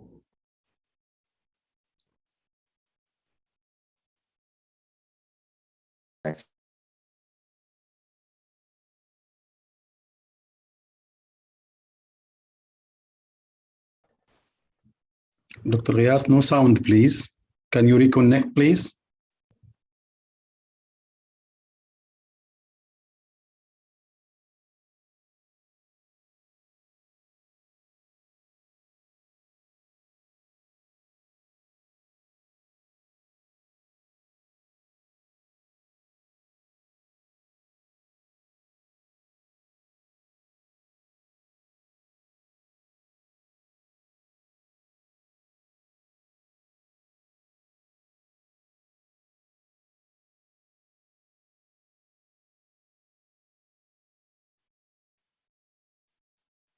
Sorry for the interrupt. He is going to reconnect very, very soon.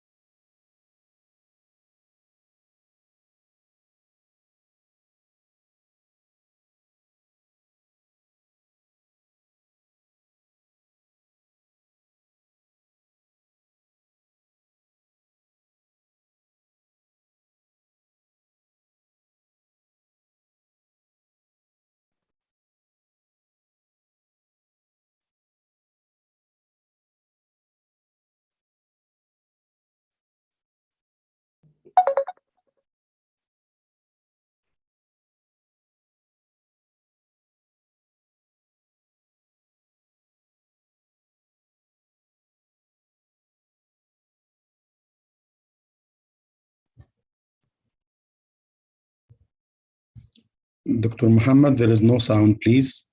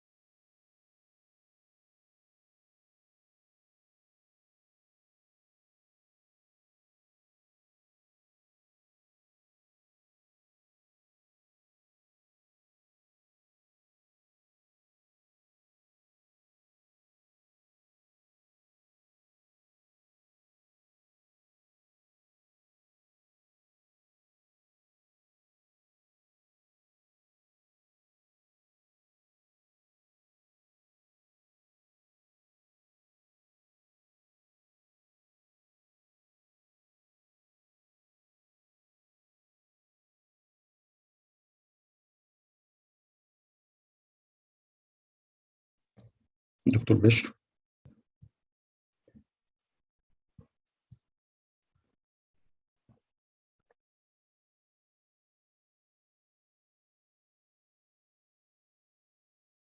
Yes.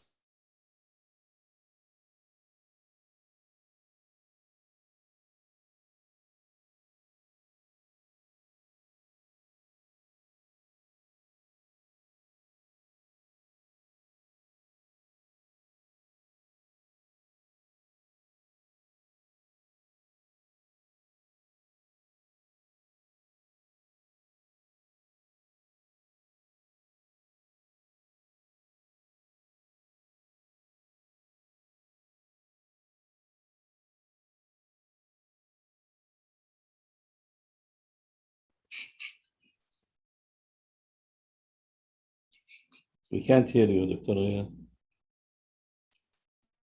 Wait. 1, 2. 1, 2, 3. طيب دكتور.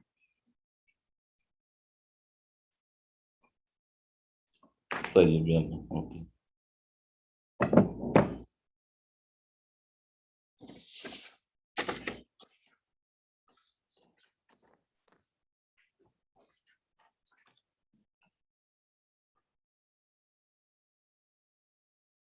Okay, sorry for this interruption, but it seems that Dr. Reyes is facing a technical problem, And I believe it's better to move to the next speaker, and maybe later on, Dr. Riaz will join us. I'm pleased to introduce the next speaker, Dr. Hind Salam. She is consultant critical care medicine, consultant internal care medicine from King Faisal Specialist Hospital. She will cover the issue of management of electrolyte and diabetes insipidus. Please, Dr. Hind.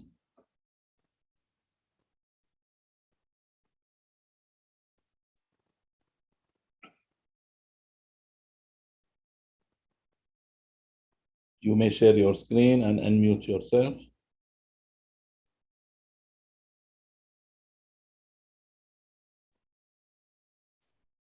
Assalamu alaikum. Can you hear me? Yes, very good. And I think I'm trying to share the screen. Please let me know if you see the presentation.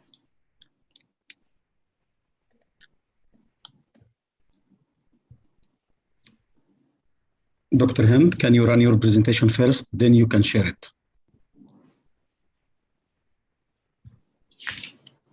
It is up and running, but it's not coming to your screen. Can you reshare again, please? Can you hear me now? Yes, Dr. Jamil, we can hear you.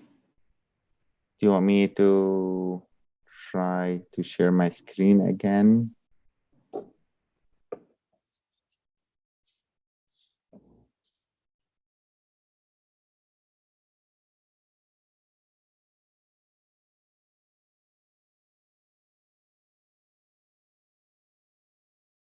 There is a problem today with the network. Okay, let Dr. Hind start her presentation. Yeah, go ahead, definitely.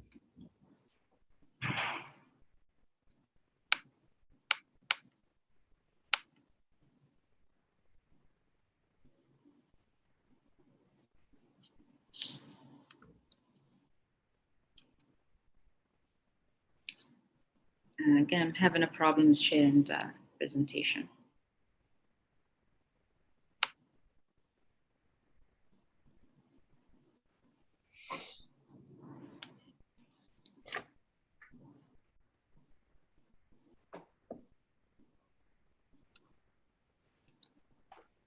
Like from the audience to apologize for those technical issue, something related to the network.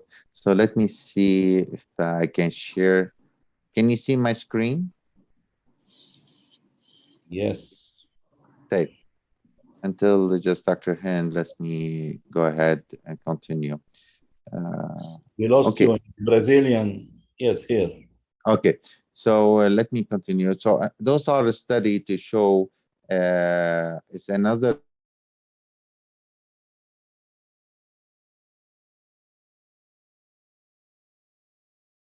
Can you unmute Dr. Jamil?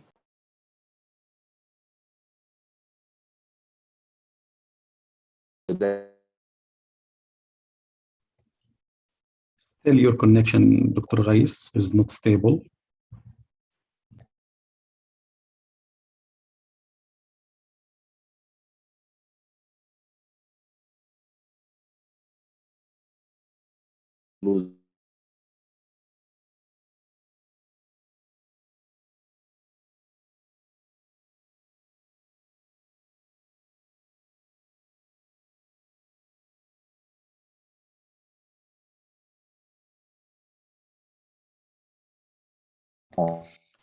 Doctor, excuse me, sir, your internet is not stable and unfortunately no sound.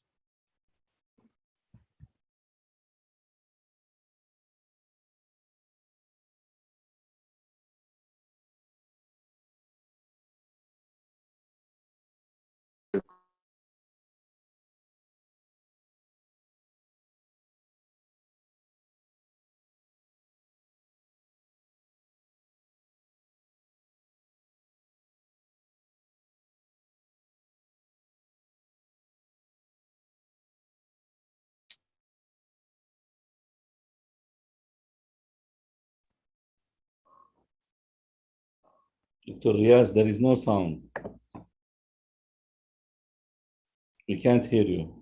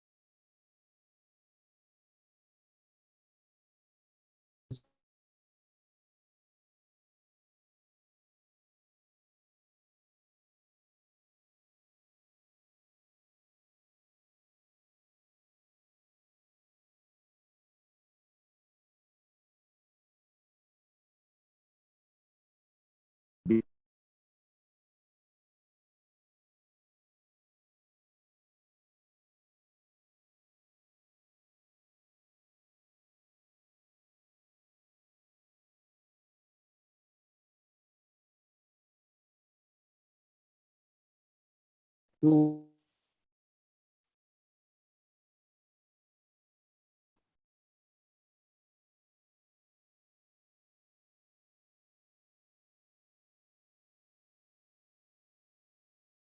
Dr. Riyaz, I think we have a technical issue. Still, we can't hear you. And if you allow me to move to Dr. Hind to start her presentation until we resolve your technical issue, if you allow me.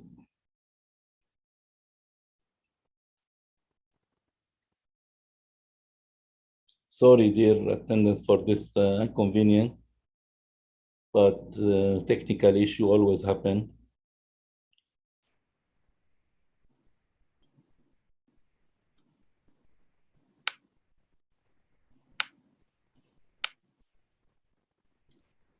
Can you see my presentation?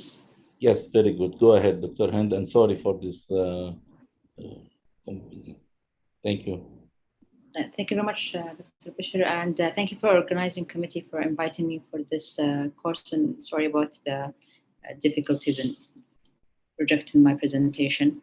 So I'll speak about the electrolytes, renal management, and diabetes insipidus in a deceased donor.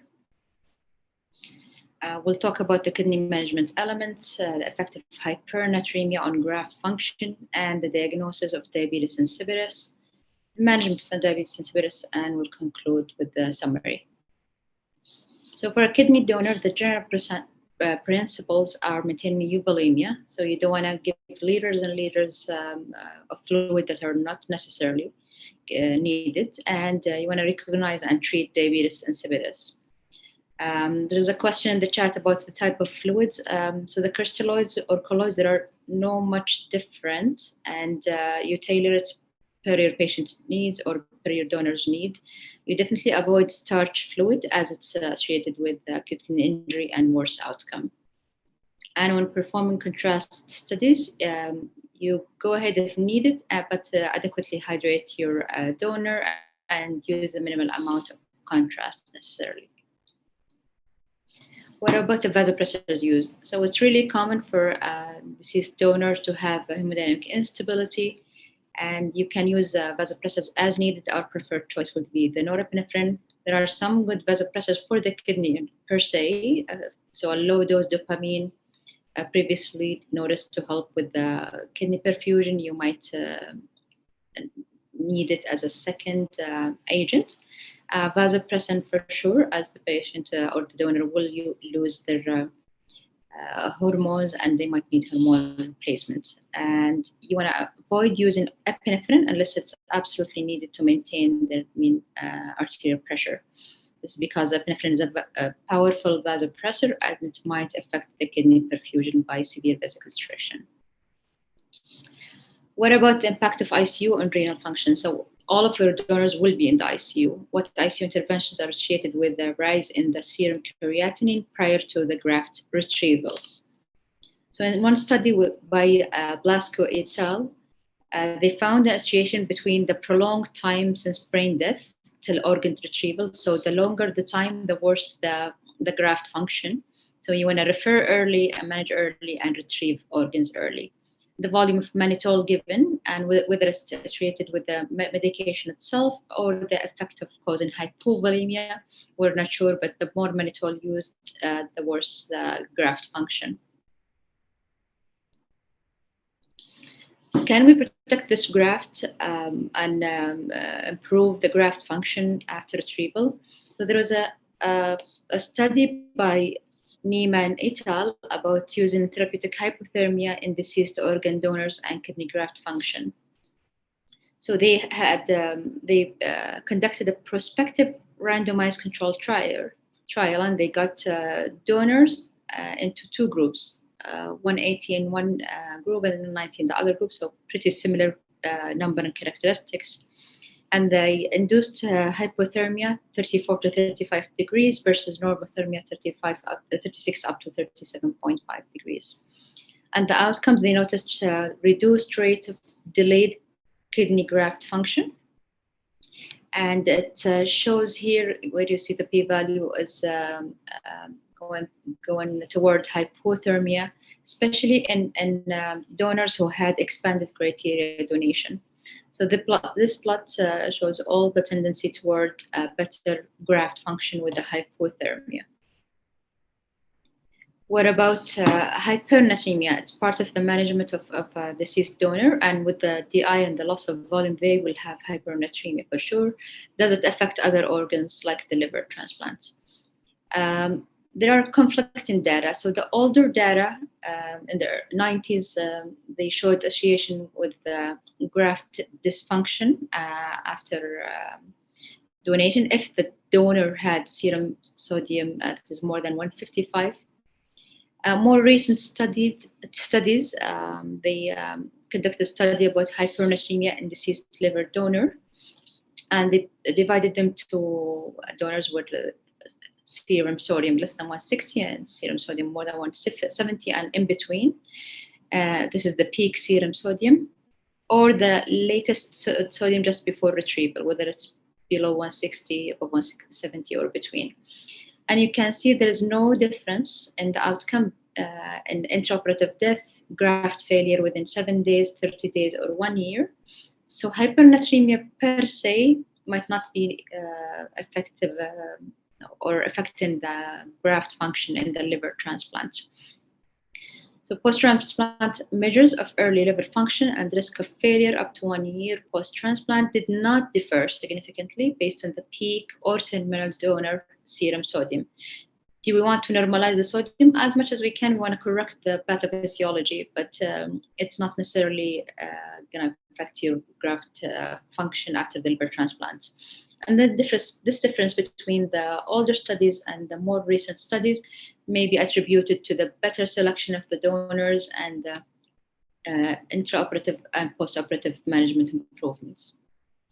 What about the serum sodium for the recipient rather than the donor? So in this study, they had 20,000 patients with serum sodium available immediately before the liver transplant. They divided them into 3 groups: hyponatremic patient with less than 130, and hypernatremic more than 145, and in between. And they measured the 90 days mortality. Here you can see the survival is plotted against the days since transplant.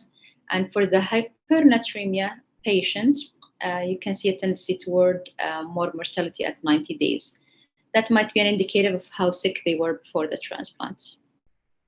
What about hyponatremia? So in this plot, you can see the different numbers of sodium level below 130, and it's basically the same, so not necessarily affecting the graft function. Hypernatremia may be a significant risk factor for post-liver transplant mortality. From the Society of Critical Care Medicine, we're not sure if sodium is, if it's corrected more, can it lead to improved outcomes? And the blood pressure goal is you want to maximize the perfusion to the organs, the MAP normal as much as we can, 60, 70. The vasopressors used does not preclude organ use because it's almost all or majority of deceased donors will have hemodynamic instability. The urine output is preferred to be on the higher side, so 1 ml per kg per hour. And you want a targeted fluid resuscitation, i.e. You don't flood them unnecessarily. If they're hypotensive or their sodium is going up or their vasopressor requirement going up, lactate going up, you would give them more volume. What about diabetes insipidus? It's caused by decreased secretion or action of antidiuretic hormone. So it's produced by the hypothalamic neurons in the supraoptic and paraventricular nuclei. It migrates along the axis to the posterior pituitary, and it gets secreted once stimulated by increasing plasma osmolality, i.e. hypovolemia or heme concentration, or decreased arterial blood pressure, which is the baroregulation. When the body goes through hypotension, this is the time it gets secreted. It acts on specific receptors, the vasopressin receptor V1A, V1B, and V2, and others that might not be identified yet. It affects the adrenal gland and the distal nephrons in the kidney, causing water retention. Typical clinical picture, you will notice polyuria. So they will start dumping urine 4 ml per kg per hour. And the easier way is if they're doing 500 per hour for 2 hours, this is DI. You expect them to be hypovolemic and hypernatremic. And once the hypovolemia and hemodynamic instability start, you will see the electrolyte instability as well, and you want to correct it. You want to aggressively replace the volume. You want to avoid the hypernatremia and hypokalemia. You don't want arrhythmia and arrest for a precious donor. As we said, the goal urine output around 100 to 200 per hour, and you want to use vasopressin as a replacement for the ADH. If you want to use the low dose, as it's proven in the sepsis, it can spare the norepinephrine use, so less vasopressor requirement and less stress on the heart and the cells. And if they are starting to produce too much urine, you want to use DDAVP 1 to 2 mics IV. You can repeat it till the urine output slows down and gets controlled. And you want to replace the urine outputs on an hourly basis. Maybe easier to tell the nurse or to do 1-to-1 replacement. So if they dump 500, they should get 500 cc in the next hour, and so on. So in summary, you want a targeted fluid resuscitation. You want to avoid unnecessary fluids, because you can have a lung and a kidney donation from the same donor, and the lung, you don't want to get it congested, and for the kidney, you don't want it to get dehydrated. And you want to avoid hypernatremia, as it may affect the kidney graft function. And you want to treat hypovolemia and DI aggressively with volume, vasopressin, and DDAVP. And with this, I conclude. Thank you so much. Thank you.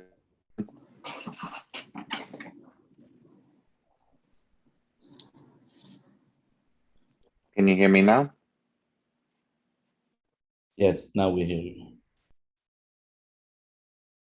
Yes.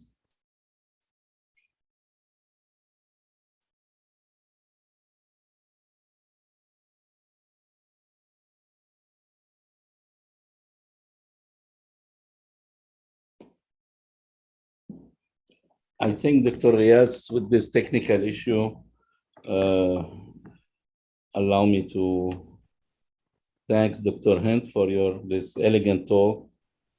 Very nice, well presented. I don't know if there is any question from the audience. One question to Dr. Hint.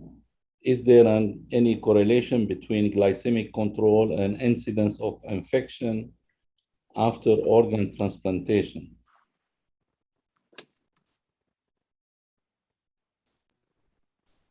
Good question. I'm not aware about certain studies. I wish Dr. Raif is here. He will give us a better answer, but I'm not aware about this. And a perfect reply to this, I'm not sure. Okay, tomorrow I think Dr. Raif will cover this very important issue about the hormonal therapy during the stay in ICU. So If there is Dr. any Bishir, allow me. Yeah. Yes, Dr. Can you hear me? Yeah, I'm Yeah. really sorry about this. There's some technical issues. The internet, it's going. But for the audience, we're gonna try tomorrow, inshallah, to really place it on the same. We'll keep the schedule. We'll go back on a ventilator. We're gonna have very rich schedule tomorrow, discussing about hormonal therapy, which I think everybody concerned about it, and this is very hot topic. We're going to have a topic about infectious disease. We're going to talk about the ventilator, the bronchoscopy, how we're going to do the proper apnea testing, because this is one of the problems that we face, and how to do it and how to protect the lung. And also we're going to have a lecture about hemodynamic management of those patients. So we're going to have really a rich program tomorrow. We're going to start at 7. Hopefully this, we'd like to apologize. We have this course many times. We never have this problem with the internet connectivity. So I feel so bad. I have better now connections through my phone. So, but I cannot share my screen. But we're more than happy to answer any question you have, and we'll go from there. Dr. Bishir. Thank you very much. I think with this, we will conclude. And please, very important, second day will be tomorrow at 7 p.m. See you all, and thank you for your participation today. Also, I would like to mention that our course, it's accredited for 12 CME hours. So please try to be present as well tomorrow in order to get your certificate at the end of the course. Okay, and I'd like also for the participant, some of the question was not answered today. We'll make sure to answer everything tomorrow. We have really time to do so. So we'll try our best, any confusion, any question about the management to be answered tomorrow. Excellent. Thank you very much. Then see you tomorrow. Bye-bye.